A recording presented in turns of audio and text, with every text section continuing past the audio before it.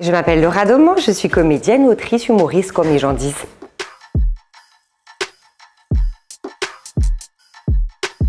Bien sûr que j'ai reçu des commentaires négatifs. Et là, je pense malheureusement qu'il n'y a pas que des haters qui m'ont mis des commentaires, mais des gens qui sont vraiment convaincus que l'avortement est une aberration. Donc, j'ai reçu des commentaires très désagréables. Pas que de la part de haters, justement. C'est toujours les mêmes genres de trucs qui peuvent arriver, du genre « mais comment est-ce qu'on peut parler comme ça de la vie d'un enfant ?» Alors que, justement, moi, ce que je prône, c'est de dire qu'on fait naître un enfant. Donc, si on le fait, il faut vraiment être conscient. Parce que c'est une vie, et donc comme une vie, c'est précieux, et qu'un enfant c'est précieux, si on décide de l'avoir, il faut vraiment l'avoir. Mais quand il est au stade de la framboise ou du petit flageolet, pour moi, c'est pas encore un enfant, c'est un embryon, et c'est pas mal de se poser la question de est-ce qu'on laisse cet embryon se développer pour en devenir plus tard un futur être, ou est-ce qu'on tue la chimie? Les professionnels de la santé, je n'ai pas envie de tous les mettre dans le même panier. On le sait, il y a un énorme manque de moyens dans les hôpitaux en France. C'est catastrophique, de plus en plus ils font des burn-out et ils arrêtent de bosser et ils se reconvertissent en professeurs de yoga. Et est-ce qu'on veut d'un monde comme ça? Non. Par contre, oui, à mon sens et de mon expérience, il y a un très grand manque de prévention. L'avortement, là où c'est un sujet tabou, c'est que c'est un sujet dont on parle que de façon politique, à savoir pour ou contre le droit d'avorter, mais il y a très peu de témoignages de femmes qui ont subi un IVG, alors que je rappelle que ça arrive à une femme sur 3, c'est énorme. Par conséquent, quand ça nous arrive, moi, issue d'une famille, même de médecins, j'étais démunie de qui appeler, comment faire pour avorter. Et en premier lieu, j'avais appelé ma gynéco. Sur le prochain rendez-vous qu'elle pouvait me proposer était dans 6 mois.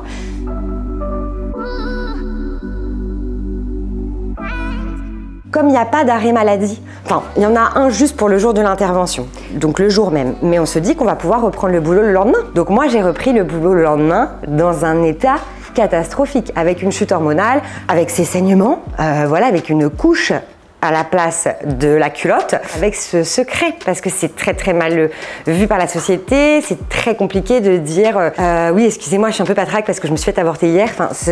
Clairement, c'est le malaise. Donc on se tait et on fait ce que les femmes savent très bien faire, c'est-à-dire qu'on prend sur nous et on sourit. Ça reste quand même une intervention, quelle qu'elle soit, et même après les dents de sagesse, parfois on nous fout des arrêts maladie.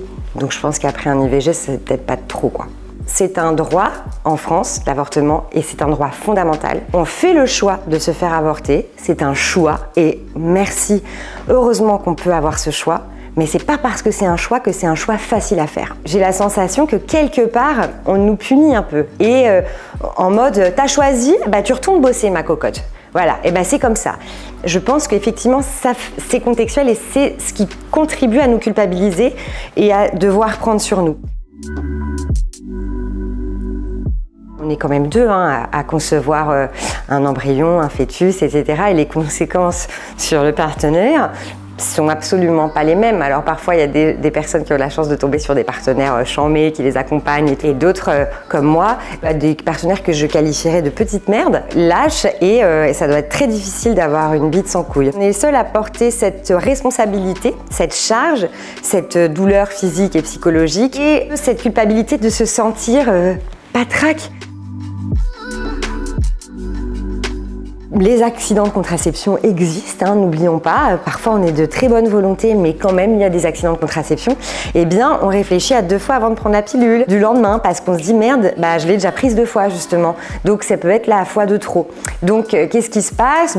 Peut-être on joue un peu avec le feu, on regarde sur son clou. Est-ce que j'étais en période d'ovulation? Non. Donc, a priori, ça devrait le faire. Et parfois, ça le fait pas.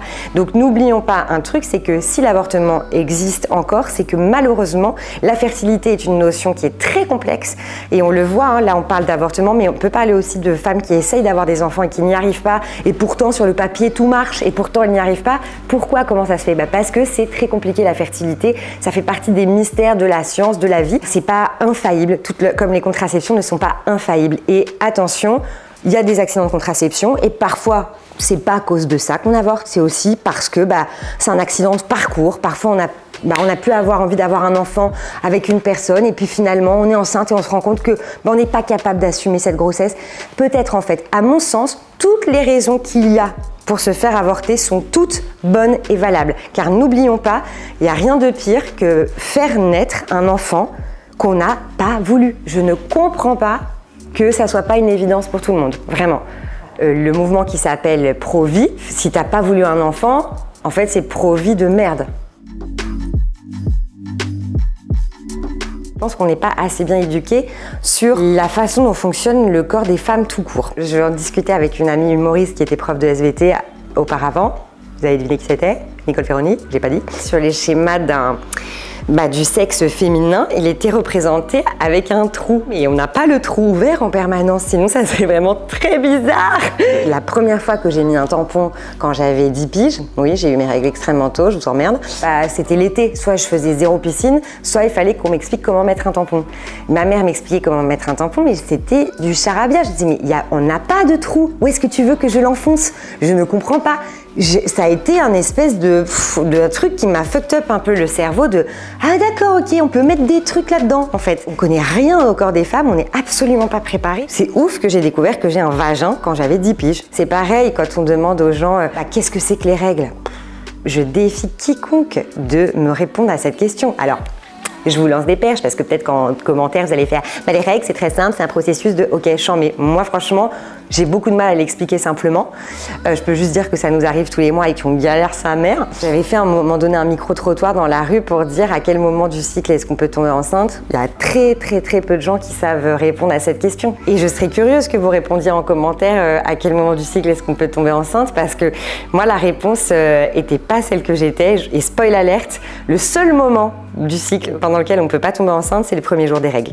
Sinon, le reste, en fait, c'est un peu au petit bonheur la chance.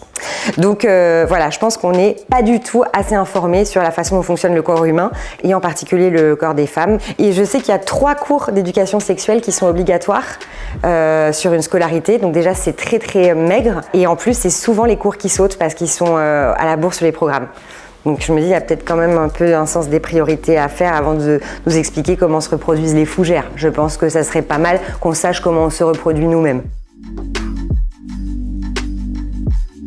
Pour moi, cet avortement, ça fait vraiment partie d'un élément fort qui compose ma vie. Quand les gens disent « Ah oui, ça c'était 1 an avant mon accident de voiture », moi c'est un peu ça. C'est un peu un des repères temporels de ma vie parce que ça fait partie des moments très forts que j'ai vécu, très forts en intensité émotionnelle, que ce soit la grossesse, parce qu'on n'en parle pas quand on a subi un avortement, mais en fait on a quand même avant tout subi une grossesse. Et la mienne, elle est allée jusqu'à 3 mois et demi. Je les connais ces premiers mois et je ferme ma gueule parce que quand on me dit oh, tu verras quand tu seras enceinte, les nausées, tu fais je sais, j'ai eu tout ça.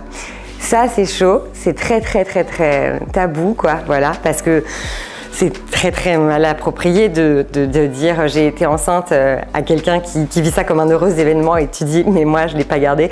Non, ça fait partie d'une cicatrice, c'est-à-dire comme cette cicatrice que j'ai là, mais au menton, j'ai plus mal, mais je reste marquée.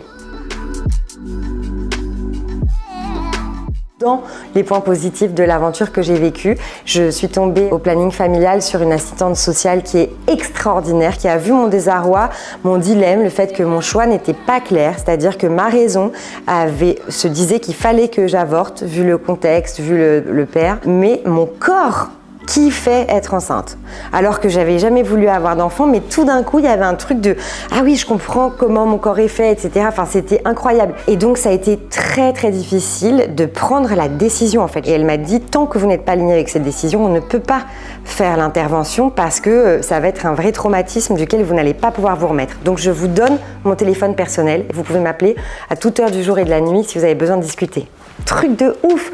Je sais pas si on se rend compte, c'est des jobs de personnes qui entendent toute la journée des témoignages horribles et elles essayent en face de vous aider à prendre la meilleure décision pour vous, sans aucun jugement. Et c'est souvent très mal payé, ce genre de job, ne l'oublions pas. C'est émotionnellement très prenant. Moi, je remercie cette personne qui m'a beaucoup aidé à prendre une décision, à être en phase avec cette décision, qui a accueilli tout ça avec énormément de douceur parce que autour de moi, les potes et tout ça, c'était impossible. Franchement, impossible de trouver du réconfort, même s'ils ont été présents. Hein.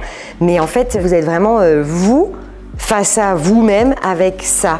Personne peut vous aider en fait. C'est terrible, hein, personne. Enfin, moi, dans mon cas, c'est comme ça que je l'ai ressenti. Sauf cette personne-là qui a été super. Donc oui, les conséquences psychologiques, elles sont hyper minimisé, mais attention, parce qu'il y en a qui en servent contre nous, qui disent, vous avez vu, ça a des conséquences psychologiques irréversibles, donc du coup, il ne faut pas que les femmes avortent. Mais vous pensez vraiment que ça serait mieux qu'on ait un enfant qu'on n'a pas désiré et qu'on ne peut pas le saquer? Franchement, c'est ni mieux pour lui, ni mieux pour nous. Il y a des slogans des pro-life, c'est choisir la vie.